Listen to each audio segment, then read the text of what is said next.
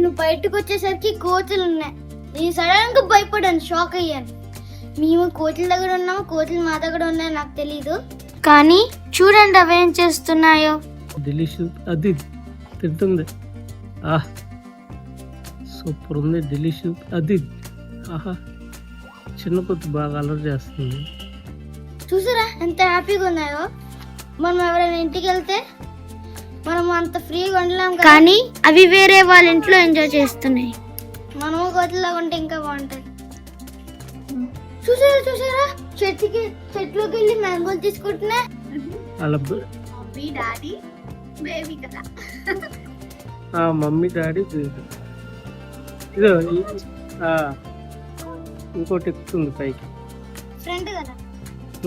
ఇంకా రెండు వైపు ఇంకో వైపు అందుకే తమ్ముడు.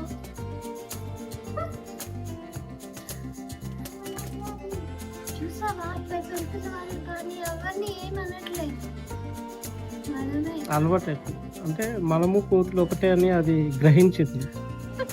సో వీళ్ళు మనకన్నా అడ్వాన్స్గా ఉన్నారు అంతే, కానీ వాళ్ళు మేము ఒకటే అని చెప్పి అది గ్రహించి ఏమనలే. అది గోకుంటుంది చూడండి కోతి. చూసారా ఆ లైఫ్ ఎంత హ్యాపీగా ఉందో.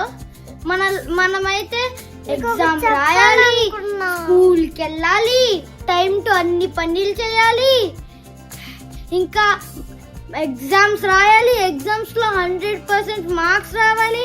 అలాగైతే అలాగేం కాదు, వాళ్ళు ఎక్కడికైనా వెళ్ళొచ్చు, ఏమైనా చెయ్యొచ్చు, చెట్లు ఎక్కొచ్చు, ఎవరు తీసుకొచ్చు, మ్యాంగో ఎంత వద్దన్నా కూడా తీసుకొచ్చు.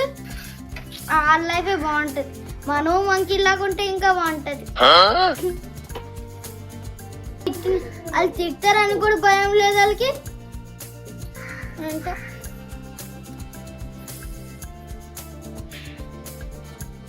దర్జాగా ఇలా కూర్చొని పండ్లు ఇలా పైనుంచి ఇలా తీసుకొని తొక్క తీసుకొని ఎంత హాయిగా చూసారా. రోజు భయపడిపోతుంది, మంచి స్క్రో భయపడిపోతుంది.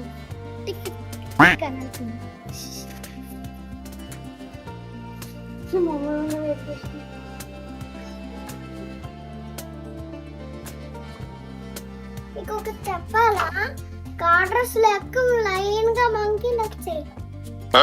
నువ్వు అన్ని చూసేవాడు కదా అప్పుడు అక్కడ. ఇక్కడ ఏం లేవు కదా, పడుకునేనా నావి. అవి ఎంతసేపు అయినా ఇక్కడే ఉంటాయి కదా.